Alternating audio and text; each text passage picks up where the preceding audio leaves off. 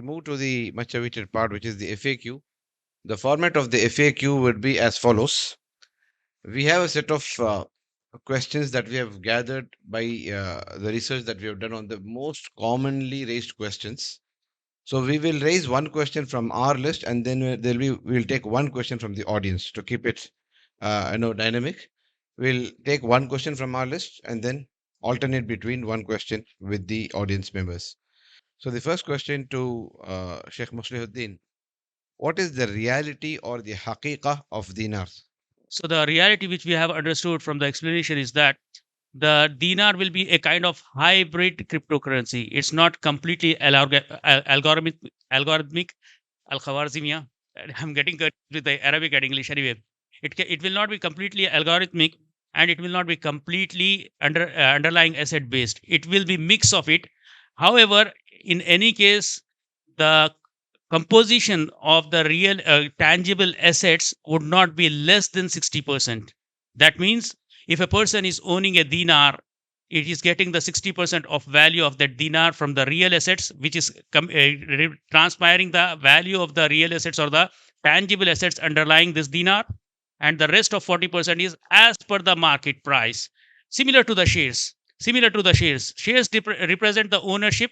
However, the value where they derive it from, they will derive the value from the market, from the supply and demand. But at the time of bankruptcy or the liquidation, what is the parameter for determining the value of the dinar? For share, the assets of the company. The assets of the company. So the same logic follows to the dinar. To the extent of 60%, it will be the underlying assets. Rest of it is left to the market so that the investors may make the profits. Or what is the use of having it in the form of dinar? Real assets are existing. So why do I go to the dinar? So it's pegged with the real assets to the extent of 60%. And when I'm saying real assets, it's tangible assets, not only the real assets of the akarat. It could be anything. And the rest is left to the market for the appreciation and depreciation. هذا والله تعالى أعلم. Jazakumullah khairan. Just a point of note for the audience here. When the source of these questions pretty much are one of the videos that we had watched when we researched this as to what are the common objections of the ulama with regards to Bitcoin. This is a 4-year-old video on YouTube. If you probably you can also listen to it if you wish to, by Dr. Sulaiman al-Ruhaili, the Khatib of Masjid Quba. It's a 4-year-old video where he had listed 8 objections to Bitcoin. Why Bitcoin is dangerous. So our starting point of ZaryahX was that list to find out and see what you can do to remove those 8 points of concern or mitigate, not completely remove. Like you said, the risk cannot be removed. Some of the risk has to be mitigated. So how we can mitigate, how we can control those 8 points of concern, and that was our starting point. So Alhamdulillah, from there till now, what we have done is we have tried to address the reasons which raise a concern, and that is what we have put into implementation in the whole ZaryahX concept. So time for an audience question. Can we begin the first question from the audience, please? My name is Ahmad Ali. What I wanted to ask you is more of an academic question. We have been talking about this Bitcoin and all that. When this whole thing started, I remember that it was connected to the geothermal energy in Iceland. So what's the connection with the Bitcoin and the geothermal energy? Brother Jubran, please. Alhamdulillah, thank you for the question. Okay, so the reason why majority of the people are able to connect geothermal energy to Bitcoin is the most oldest algorithmic cryptocurrency in the world because it was accepted in 2005. So what happened is the underlying smart contract generally has heavy computational capacity. So for example, if I showed the mining rig which I showed you, right? So that validates the transactions in some other network. But for me, I can do 120 billion transactions. In that 120 billion transactions, I can get huge amount of revenue. But for Bitcoin, I'll get only 0.0001% because the computation is so high. You don't do it in giga or peta. You have to do advanced level of computing. So what happens is the heat generated is very high. The electricity consumption is very high because if it's not there, Bitcoin cannot run. So what happens is people generally connect Bitcoin to environmental activities. Majority of the miners cannot make revenue if it is not on solar. So all the miners, predominantly 8 out of 10, convert their mining rigs into solar and make it completely eco-friendly. Any form of renewable energy which allows them to run the mining rig. See, the thing is, a mining rig, the only expense is electricity. In whatever way possible, if they're able to take it out, it's profit for them completely. So they try to use solar, they try to use wind. There are people who use water, hydroelectricity, they use geothermal, they use many aspects of energy to reduce the power consumption or to reduce the expenses which come with power consumption. Depends upon the country and depends upon the region. It is nowhere directly related to the concept of Bitcoin. Bitcoin in nature is a proof of work, that is, it has to be mined to verify. Whoever mines it, they get payment for it. That mining comes at the cost of electricity. And how you mitigate that depends upon the region or the locality. Jazakumullah khairan. We go to the next question, and this is for Sheikh Munir. Who is the guarantor for ZaryahX? Bismillahirrahmanirrahim. So with regards to the guarantor in cryptocurrencies in general, studies have proven that blockchain itself as the platform of which cryptocurrencies are traded acts as the primary guarantor of the crypto asset or cryptocurrency. Also, if we look at cryptocurrencies, we find that we have two types of cryptocurrencies. The cryptocurrencies which the issuer is known and cryptocurrencies of which the issuer is unknown. So focusing on the cryptocurrencies of which the issuer is known,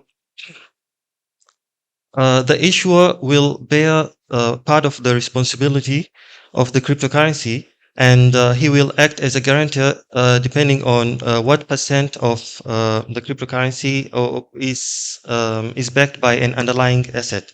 So, for example, in the context of dinar, the cryptocurrency of ZaryahX, as my colleague mentioned, that the ratio between the underlying asset and the algorithmic dynamics, it will be between anywhere between 60 and 40 or 80 and 20. So the guarantor ZaryahX will be guaranteeing at least 60% of the price or of the asset, of the initial investment. Okay, yeah. Just briefly, I would just wanted to sum up with by saying that what my colleague was intended saying, that in case of dinars, especially, whatever the proportion of the tangible asset is guaranteed by the infrastructure of the dinar itself, and implicitly by the issuer. The issuer is known, and many times the people get cheated because they are unaware of the issuer.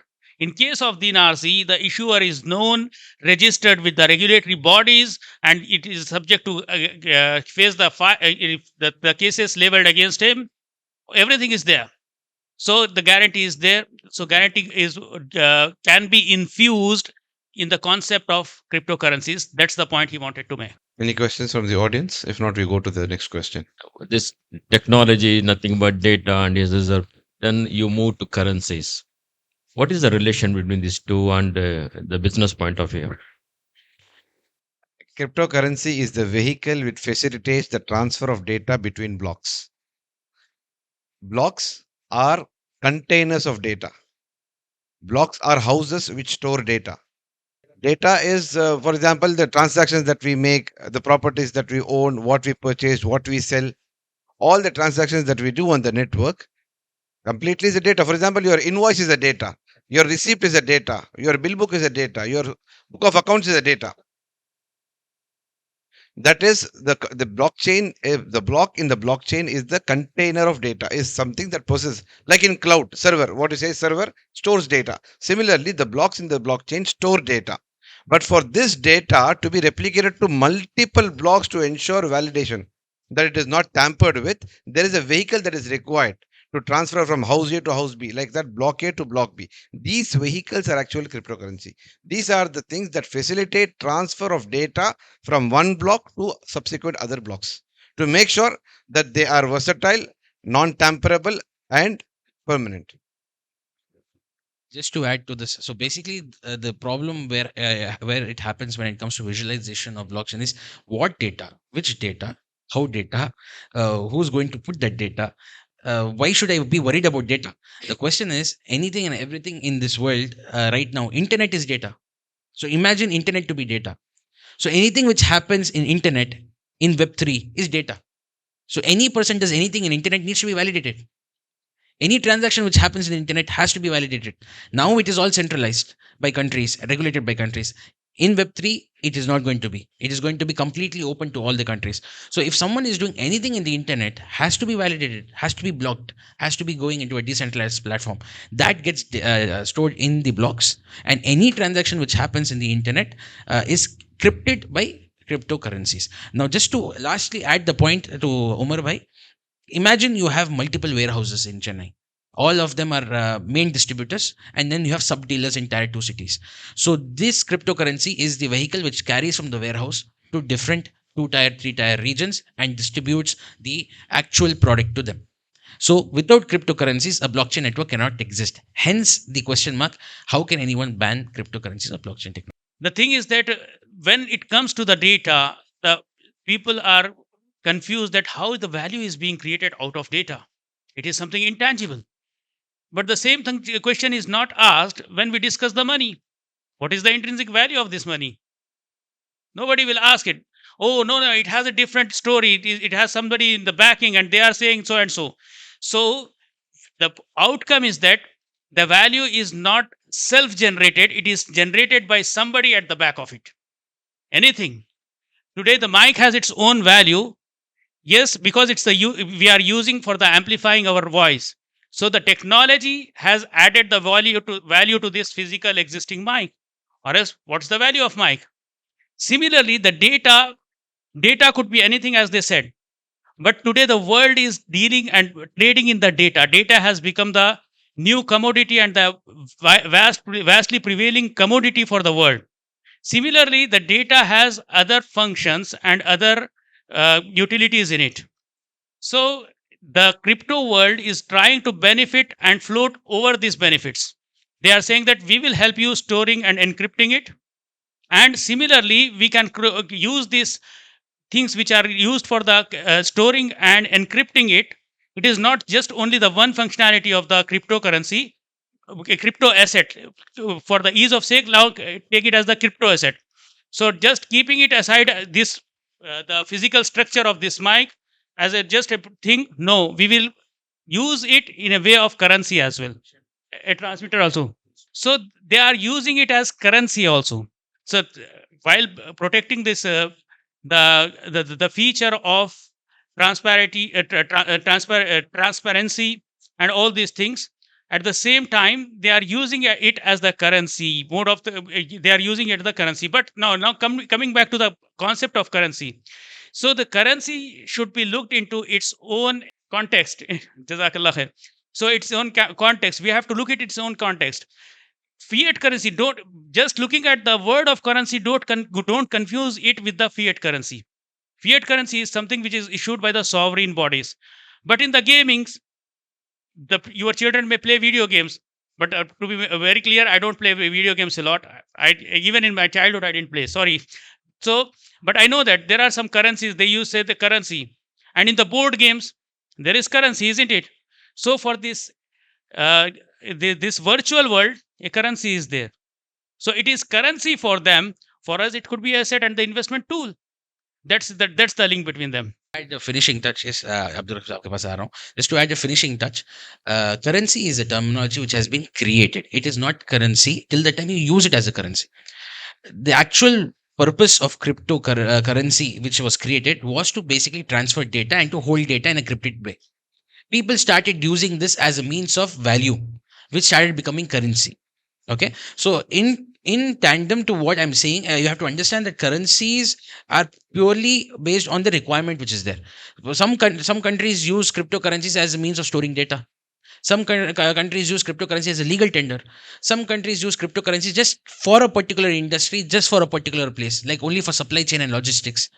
So its purpose varies based on the ecosystem and the solutions it provides.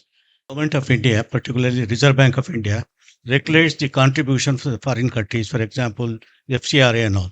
With this blockchain and these cryptocurrencies, there is no barrier. The government doesn't come and it is internationally connected. So this will make it irrelevant for the Reserve Bank of India or the regulatory aspect. So it is a totally different story.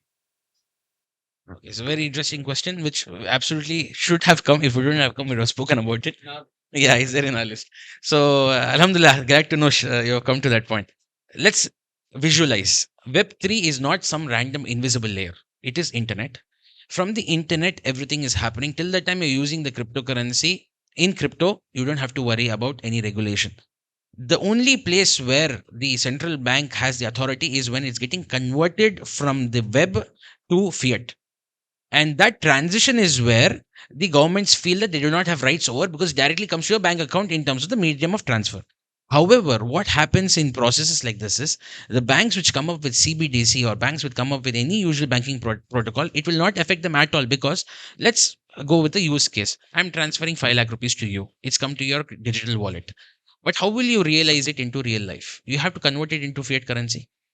That fiat currency, in simple terms, if I'm using what I'm doing right now, I have an account in Binance. Someone sends money to me.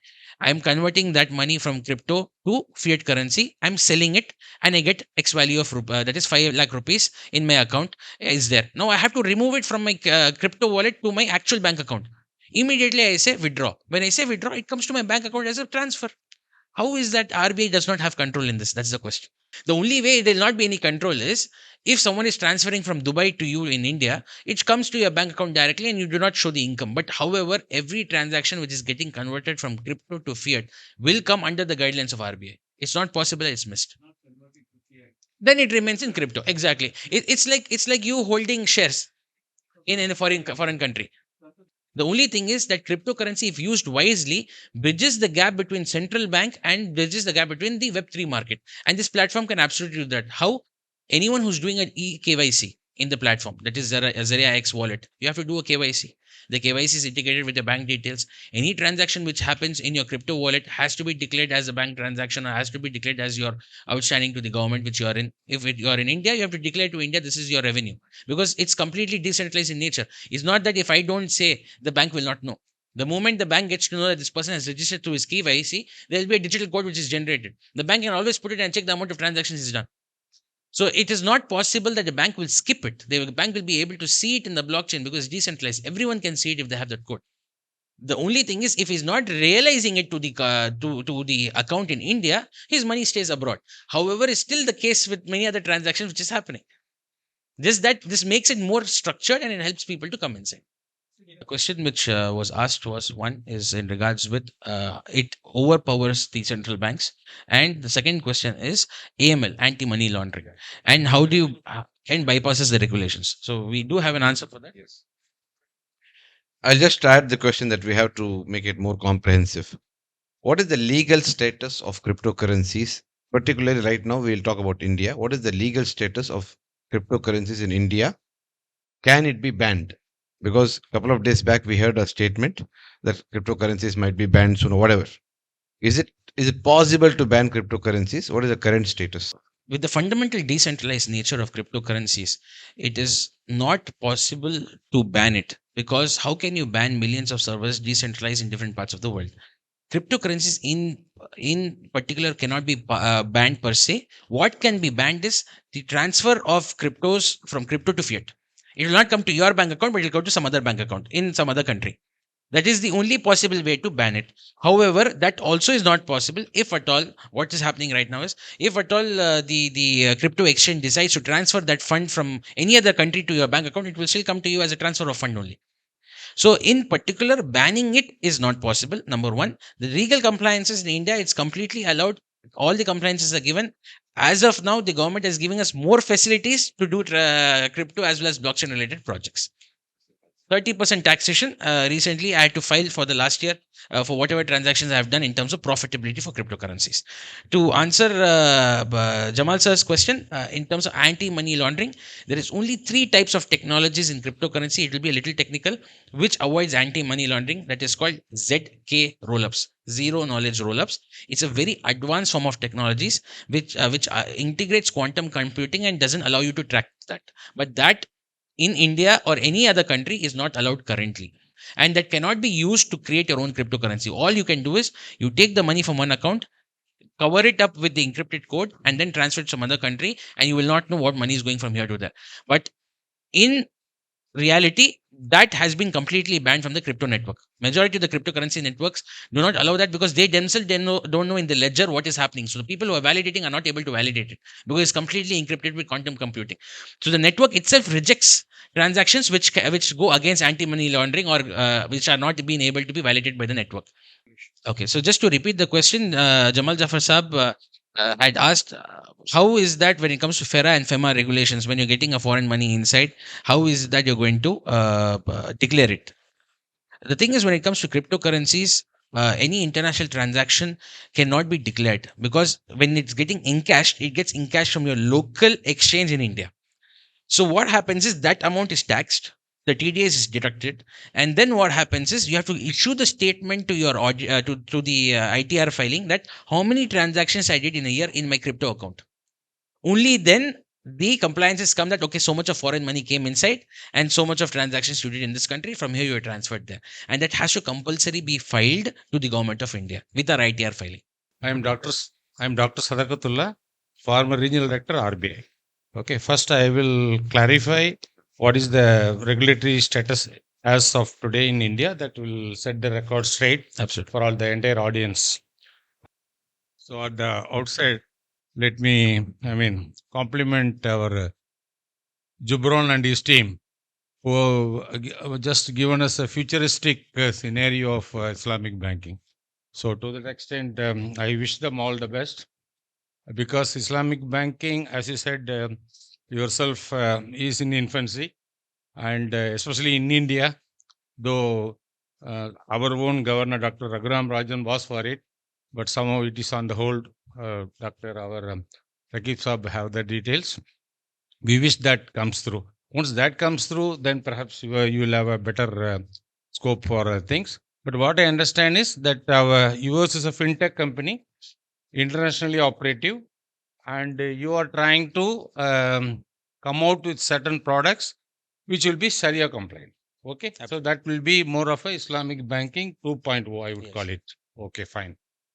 As far as the regulatory scenario about India is concerned, as a knee-jerk reaction, the moment these cryptocurrencies came to India, we banned it. That's all. RBI banned it. Okay, and of course, the international scenario is different. Some countries have like say Estonia and all, they have gone for it fully, and some countries totally in between. All that is there. Supreme Court said, oh, no, you can't do that. Okay, you can't do that. And especially then minister then that Arun Jaitley who was there, he clarified, okay, we are not against blockchain because that is a technology which can be used for even for land registration, so many purposes. So blockchain we will allow, but only currency part we have to think about it. Like that, I saw Bulki, just he evaded that question. So that was the situation then. That's why that Ministry of Electronics, IT, being on excellence, Center for Excellence, this sort of what is that? Blockchain excellence and all that. Fine. What happened? You must be noticing in the newspaper, suddenly a lot of exchanges were giving a lot of announcements and all that. See, how people will lose money in this is like any other speculative asset in the stock market, no? So that will be, people will be having that issues of investing in that to buy a portion of the Bitcoin for $20,000, and tomorrow it will go up to 60. Suddenly it will come down to 6,000. So that type of speculative things were happening, and that was at their own risk. Okay. Then there was a speculation that some point in time it will be banned actually. That's what everybody was expecting, maybe last budget or previous budget. Then suddenly finance minister sprang a surprise and telling, okay, she didn't say that it is banned or it is illegal. For example, in China it is illegal. Okay, but she didn't say everything. But she said what exactly Jubran said. We will see. It's like to give you a crude example, some gambling or something. I am not banning it. I am not approving it also. But if you're doing that, you will have to pay me 30%. Okay. Like some countries, like Amsterdam, they have, approved the prostitution also. Maybe they are taxed for that. Something like that. Okay. So, it is, she didn't say whether it is legal or illegal. Both she didn't say. Okay. But what she said was, if you are doing this transaction, 30% will be charged, taxed. So, how the government will come to know about it? Only at the point of, see, as far as regulating the what is going on inside the blockchain, it is a global phenomena, and all the countries of the world has to join, and they have to do it. Okay, combinedly they have to ban it or do it, whatever it is. That requires international cooperation, and that level we have not yet reached. Okay. Only thing where the government will come to know is the point of converting it, that asset, from your crypto level to the actual, say for example, if I am just converting a portion of my crypto assets into a sort of through digital currency, so 50,000 into my State Bank of India account. Okay. So in that point in time, they will come to know, if I file a ITR and pay a 30% tax, finance minister is happy. Okay, that ends the thing. But still, you have not fully answered the objection of our Jamal Jafar about, see, if some money I am receiving say $100,000 from Dubai. So unless I confirm that this is the source, RBI will not allow it. That's all. That is the anti-money laundering part. Now, coming to my question. My question is, you must be aware, on the 1st of December 2022, Reserve Bank of India came out with their own central bank digital currency. Okay. So in the olden days, we had barter system. Then we had gold coin, silver coin. Then the next level we had so those days, then later what happened? Countries have started issuing currency with a backup of gold. Okay, that was called gold standard. So that was discontinued in 1920s because that much gold was not there, and the countries which have the gold, they were having a edge over the others. So that was the problem. So they discontinued. Now what we have in India today is, for the fiat currency, that is our 500 rupees, 1000 rupees, 100 rupees, 2000 rupees and all, we have a minimum reserve system. Okay, minimum reserve system. That means we have something equivalent to 200 crore worth of asset with us, Reserve Bank of India. 200 crore is about 115 crore is out of the gold. Okay, and the remaining 85 crore value is out of the our foreign currency like dollar. So that is how so with that minimum reserve, we can issue any currency. Okay. So we have been so far issuing only the currencies in the form of 500, 1000, 2000 and all that. Incidentally, during demonetization, I was the regional director in charge of the Southern India.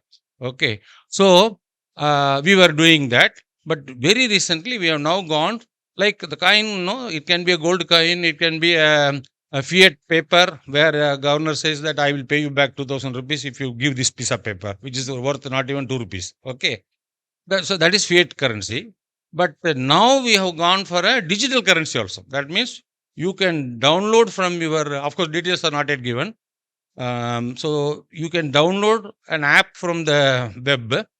Okay. So with that, I can have 500 rupees worth of a digital currency. This is called central bank digital currency. Okay, central bank digital currency, e-rupee it is called. Okay, so I can have 2000, I can have 500, I can have 100 also. So this can be paid in the, when I go to a supermarket or something with RBI e-currency, I can, I can use that QR code or whatever. Okay, I can use it, and from my wallet, either I can pay by 2000 rupees e-rupee or 100 rupees e-rupee, the similar way like when I go to the book exhibition and pay by 2000 rupees or 100 rupees. Okay. So my question is, sir, to you is, have you thought about this development from the Reserve Bank of India to have its own digital currency, and how you propose to relate to that in your case? Thank you. With your dinars. Thank you so much. Quite a Very overwhelming response. I really like the fact that these questions are coming. I really like the fact that these questions are coming out. It helps me explain my concept much better. The reason it took us 3+ years is because of these main reasons: that how will it be regulated, how would it be compliant, what happens if the central banks don't allow RBI, and many other gray areas in India. So 3 questions probably to integrate and answer. One was the question of AML, the source of funds, how easy exactly it can be converting any other money into white and come to your account. And Dr. Saab's question was in regards with RBI, how can it be integrated with CBDC? Okay, so for this, I'll explain 2 concepts. So I didn't want to go technical. I wanted to put it in the slide, but we felt it will be technical. So there is a concept called DAO. So the problem is, DAO is a decentralized autonomous organization. It will be a little technical. I'll try to go slow. DAO is a company which runs on Web3 on smart contracts. Now, why am I talking about DAO? Is because what is the problem we are facing right now is we are trying to regulate something which is decentralized by sitting outside. Say, for example, I'm sitting here, I'm telling, let's regulate that. It doesn't make sense, because from here, how can you regulate something which is totally not into the characteristics of regulation? The best way to do that is to sit right in the center, join hands together and regulate it. That is the DAO. In the sense, if you want to regulate something which is decentralized, you need to go at the heart of it. Why don't you create a decentralized DeFi ecosystem, which is absolutely possible to integrate the RBI? That is, we create a company in the blockchain. We ask RBI and the central banks to own 55% of that. And as we are doing the transactions, unless and until the central banks do not approve in the DAO, the transactions do not happen. And everything which happens in the blockchain ledger will be seen directly by the central banks. Number one. So that directly integrates CBDCs to the product. So it makes CBDC the backend product of Dinar, to answer Dr. Saab's question. The second aspect of the question is, when these transactions are happening in a DAO format, everything which is happening from the source of fund to the execution, from where it's being generated and where it's being transferred to, everything will be coming to you in smart contracts as a part of the network itself. Now, a clarity or a clarification. Majority of you are thinking that this is already done, or this is how it is. No. The idea of the soft launch is to get these questions and they tweak our product according to the compliances of what is required in the Indian market. So we are not here to tell that this is it. Age hai, aisa ranga, hame badlenge nahi, waisa nahi. We are ready to change and tweak it as much as possible, required for the regulatory compliances in India. Almost 99% we are confident we are Alhamdulillah compliant. Till the time we launch, we do not know what surprises come. So that is, tawakkal to Allah. We hope that inshallah it will be 100% compliant. To answer the question, the moment we work on a DAO structure and we allow people to own the token, the entire smart chain or the smart contracts are regulated in such a way that the audit reports are given in terms of transactions where it's happening. And anything which comes into the red flag, the blockchain network automatically rejects it and doesn't allow the transactions to happen, hence making it a halal blockchain network. Because to make it halal, gray area should not be there, illegal funds should not be there, speculation should not be there. We will be integrated that in the smart contract under the supervision of ulamas and bankers. That's the reason we invited all of you here, where that will be integrated in the smart contract and launched as an indefined principle of the network itself. So automatically it puts the red flags, automatically rejects the red flags, which makes it Sharia compliant. We don't want everyone to use it. We want only the people who are up to it for the Sharia compliant aspect to use it. Similarly, when it comes to the exchange, we're not going to put all the cryptocurrencies inside. We're going to filter the cryptocurrencies which are Sharia compliant only and put them inside. So the idea is to create a halal digital ecosystem. Irrespective of the fact what people are doing, we'll filter it and make it compliant to the people who are using it in that particular country. In continuation to what Brother Jubran said, under the UAP, Unlawful Activities Prevention Act, right? One of the major concerns is, can this be used as a diversionary tactic or a concealed tactic to channel funds for things that are not legal or not ethical? Under the Sheikh, I will take this privilege of using this analogy. If a person does an ethically wrong activity, under the Indian law, he is guilty once. Under the Islamic law, he is guilty twice, because he is violating the law of the land and the Sharia together. Right? So we as Sharia compliant people would be more concerned about that than merely the government itself. Okay? So that being said, DAO is an entity which gives the power to make decisions. And why brother says 55% is because that way the regulatory body may holds the major stake which cannot be overruled even if all the other participants of the DAO wants to overrule it. So all the other participants of the DAO will comprise 49% or lesser of the entire organization, which means the regulatory body holding 51% or more can overrule every other participant if it feels that there is something red there. In simple terms, it's a decentralized central bank. Central bank, you're keeping it centralized and you're focusing on decentralized nature, which doesn't make sense. Why don't you make a decentralized central bank? Problem solved, which is possible, which is very much possible. If you tell me to give you a solution, I'll give you immediately. Create it now, do this as a structure, and it'll become a decentralized central bank. Rather, you can ask other central banks from different countries to work with you, and your liquidity can be balancing their liquidity. The concept of DAO is very interesting because it can help a lot of decision making between across borders. For example, SAARC countries are there. That is a combination of countries.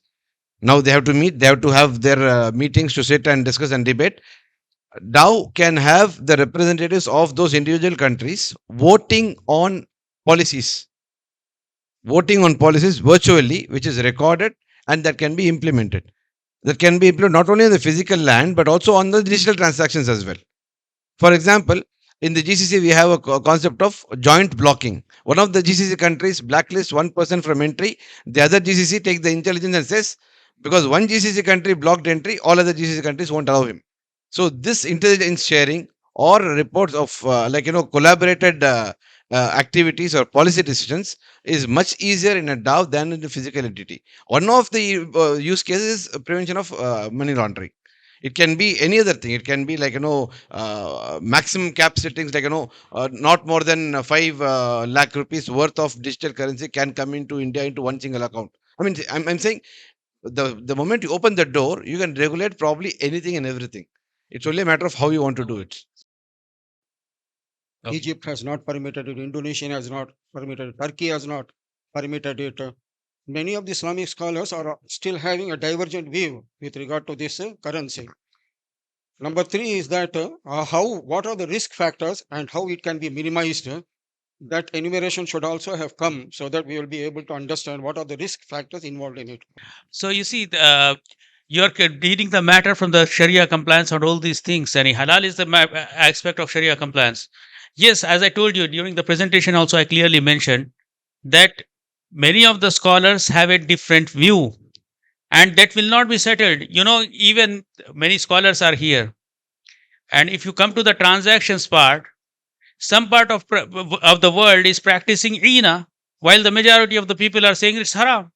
So merely the existence of a difference of view or the opinion among the scholars doesn't make the thing not doable, and doesn't decide that it is haram. And it might be the senior scholars may give a better description on it. When it come to the regulatory aspects, since I am also studying these things since a while, regulations take time to mature. Everybody can understand. It's a very simple statement. Regulations take time to mature. Many countries are just considering it and reconsidering it. So if you go to, I will give some link also. If you go to DeFi Pulse, you can see the status of the cryptocurrencies, what's happening there. It is showing you that how many countries are just still considering, and how many countries have launched in the pilot phase, and how many countries are working on it. And all of these things are giving a clear indication that something is cooking over there. Sooner or later, it will be a reality. And if we don't take action at right time, we will be always on the back seats. So for that reason, we are taking this initiative. The last but not least, you see, there is among the scholars who are mutawaqqif also. Let's take the case of Saad al-Khaslan himself. I'm following him since a while. So some years back, he was clearly saying it is haram. Nothing else. One word said, response, it is haram. Then his position got diluted. And he said that I'm taking the standpoint of tawaqquf. That is under consideration. I'm not saying it is haram or halal. Now in the last meet in December 22, he clearly said that even Bitcoin is permissible. So you see, the standpoint of scholars get changed as long as the pictures become clearer to them. So if you focus on those scholars who are saying impermissible and assess their arguments, sorry to say this, but they are very shallow in their analysis. That's the brief response to your question. Just to add a little bit to Karimullah Bhai's thing, his point of speculation. Speculation will be there for any new product which comes. Now, tell me, in any given point of history, when the stock market went from physical to online, there was heavy speculation for 7 to 10 years. When commodity market became electronic, heavy speculation. Similarly, crypto is in this new phase where only few people know about it. Industry is still only $2 trillion. So it's very easy for people to control the price. In 3-5 years, it will not be speculative. It will become like gold or silver. 1-2% only will move. Because many people will adopt it, many people will use it. Anything when it's new, it's speculative. Even a startup when you start new, it's highly speculative. From 5 lakh rupees of investment, you can certainly do 1 crore of turnover in couple of months because it's new. Anything which is new, it's speculative till the time it finds its base. Number one. Number two, just to clear the misconception, 105 countries have completely regulated it and 105 countries use it for day-to-day transactions, including buying coffee in Starbucks. And third clarification, Turkey, Russia and Iran, as of day for yesterday, are coming up with a cryptocurrency which will be backed by gold for all the domestic transactions. And compulsorily, the Central Bank of Turkey has issued that they will start transacting in cryptocurrencies to hedge the deflationary lira, which is falling down right now, so that it can start getting some stability. And people can start working with them because Turkey is sanctioned in a lot of places. So majority of the countries who are being dependent on US dollar are coming to cryptocurrencies because it's the only place they are able to grow. Because that way there's no sanctions or there's no restrictions when it comes to the value of dollar. So to answer your question, speculation will be there initially, but in 3-5 years it will not be there. The moment the industry becomes $5 or $10 trillion industry, right now it's $2 trillion. For it to go 5% up or 5% down, you're talking about $200 billion of buying and selling. Who is doing $200 billion of buying and selling? Central banks. We cannot do $200 billion of buying and selling. Okay. So at the end of the day, but eventually if it becomes a $10 trillion market, for it to go 1% up also, you're talking about a huge amount of buying and selling, which is going to make it stable. The second aspect of it is a lot of countries have started using it and regulating it. When it comes to Middle East, Bahrain Central Bank officially has regulated and is giving crypto banking license right now. Dubai, so it's become a hub for the world. Immediately after that, now Qatar Central Bank is looking forward to launch a CBDC according to latest reports. Saudi Arabia is anytime going to launch a CBDC because they want to become the regional player. They don't want Dubai to take over. And this is not just speculation, actual facts on paper. The moment this happens, the Middle Eastern falls into play because immediately that gives them ease for transactions between different GCC regions, and GCC within the next 6 to 12 months is looking forward to come with a common currency, a denomination which will be representing the GCC. There are so many scholars in Qatar, Doha Islamic Finance Scholar, majority of scholars have approved it. In many other countries as well, it's been approved. It's just that they say it's not halal. When it comes to a particular use case where people are just creating a token, running away with the money, obviously it's not halal. You cannot do that to anyone. So when it comes to a few use cases, it is not halal. But generally, as a concept, Alhamdulillah, for how much I understand, with the permission of scholars, it is Sharia compliant to the limited knowledge. Generally, risk factors you should consider as any investment which you do in stock. So till the time you're not selling it, you're not realizing the loss. But when it comes to our product, ZaryahX, since it's backed by assets, the fluctuations is not heavy. So just to help people understand, in our existing smart contract, we're going to keep a 10% upper freeze or lower freeze circuit. So at any given point of time, the speculation cannot be more than 10%, which will also be backed 60% by underlying asset, which makes it stable and which allows it an appreciation of only probably 10 to 20% in a quarterly basis, which allows it stability and growth. That is what we intend to do.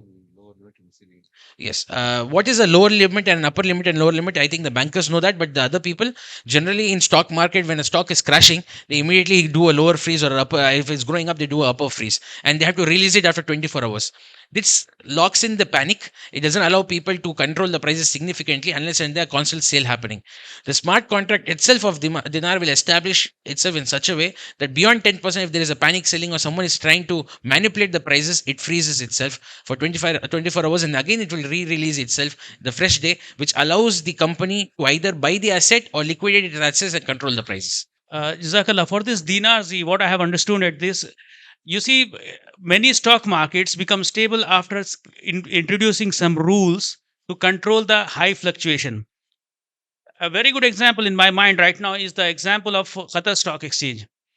Qatar Stock Exchange was very volatile. How did they control it?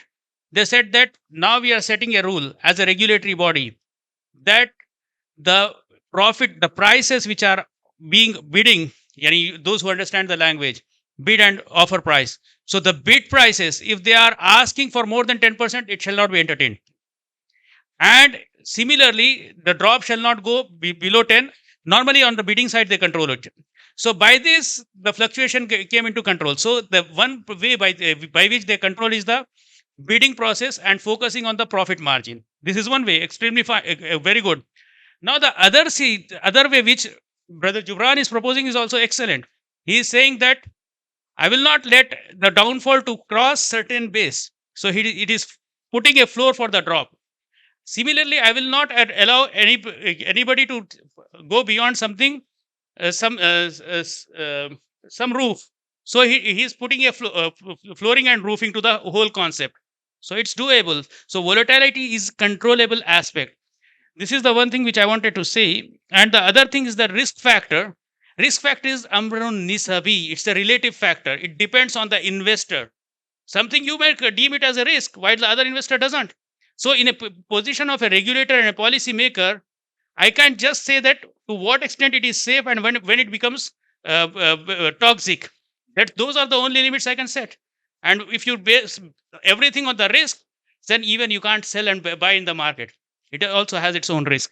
So, regarding your constraining of volatility, is there any example in the Sharia? Because Umar bin Khattab radhiyallahu anhu did not like to control the market price. He let the market free. You see, the controlling the price is a completely independent thing. You know, in the context of Sharia, we do of Hizbah. You are sitting behind a learned scholar. I'm really shy of saying anything in front of him. With due permission, sir. Jazakallah khair, Sheikhana. أستاذنكم صراحة. وإذا كان في قصور في شرحي لكم حق كامل إما الرد أو إكمال. جزاكم الله خيرا يا شيخنا. So when you come to the pricing concept, this issue was this problem had happened in time of Prophet sallallahu alaihi wasallam.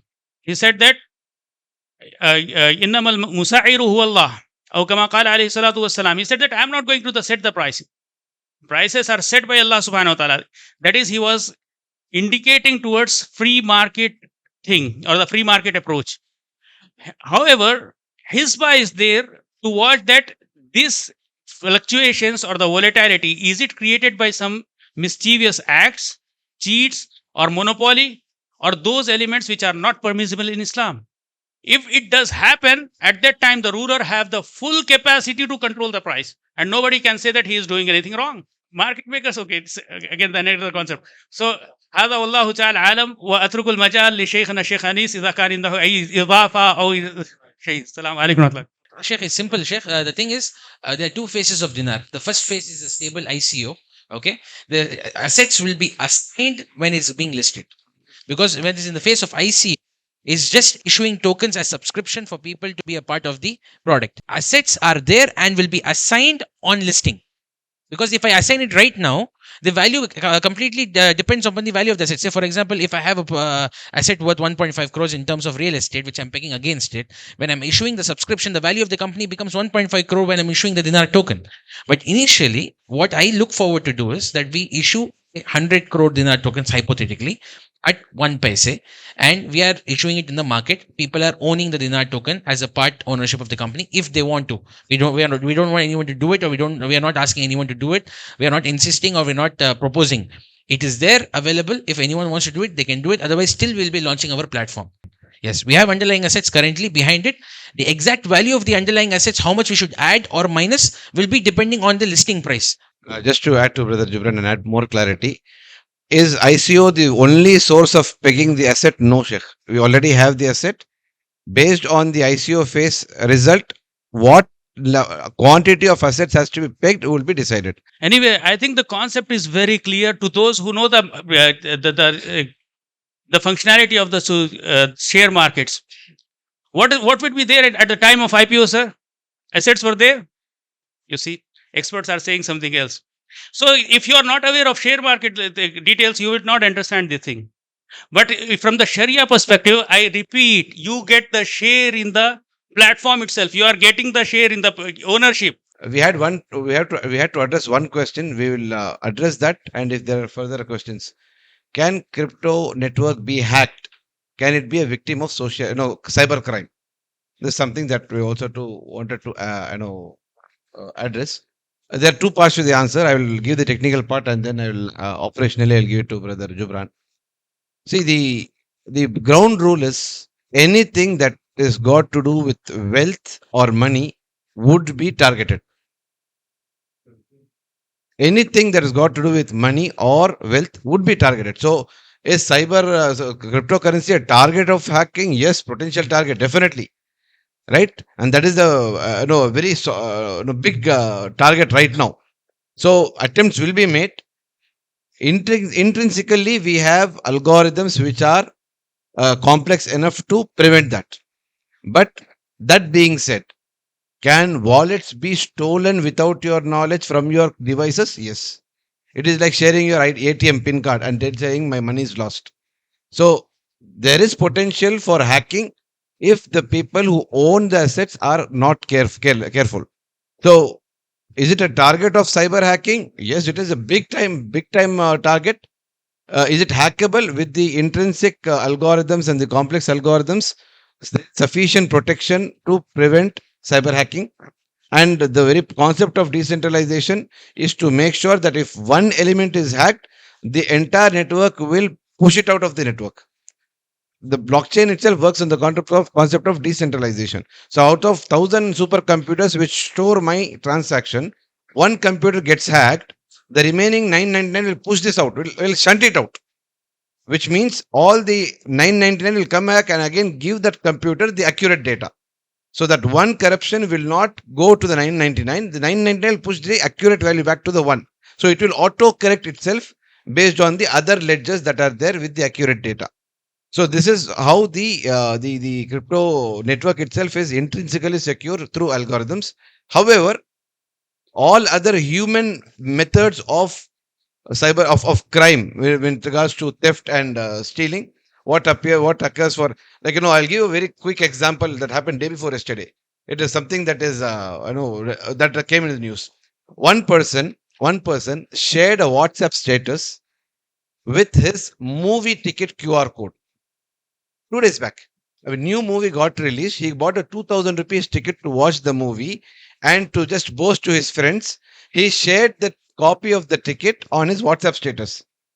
Someone took a photo of that, went to the movie hall and took his seat because the QR code is the only asset. When this guy goes, there's already someone watching the movie in his name. So this is always there. The scope is there. It is about what controls we intrinsically have. ICO in blockchain technology is not in tandem or exactly to IPO in this thing, because IPO generally in normal markets are after a company achieves a certain growth and valuation.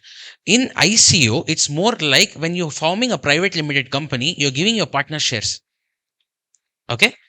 Yeah. So that time the partner doesn't say what is the asset in the company. Say, for example, I'm saying today I'm going to start ZaryahX as a private limited company. Will you all be shareholders?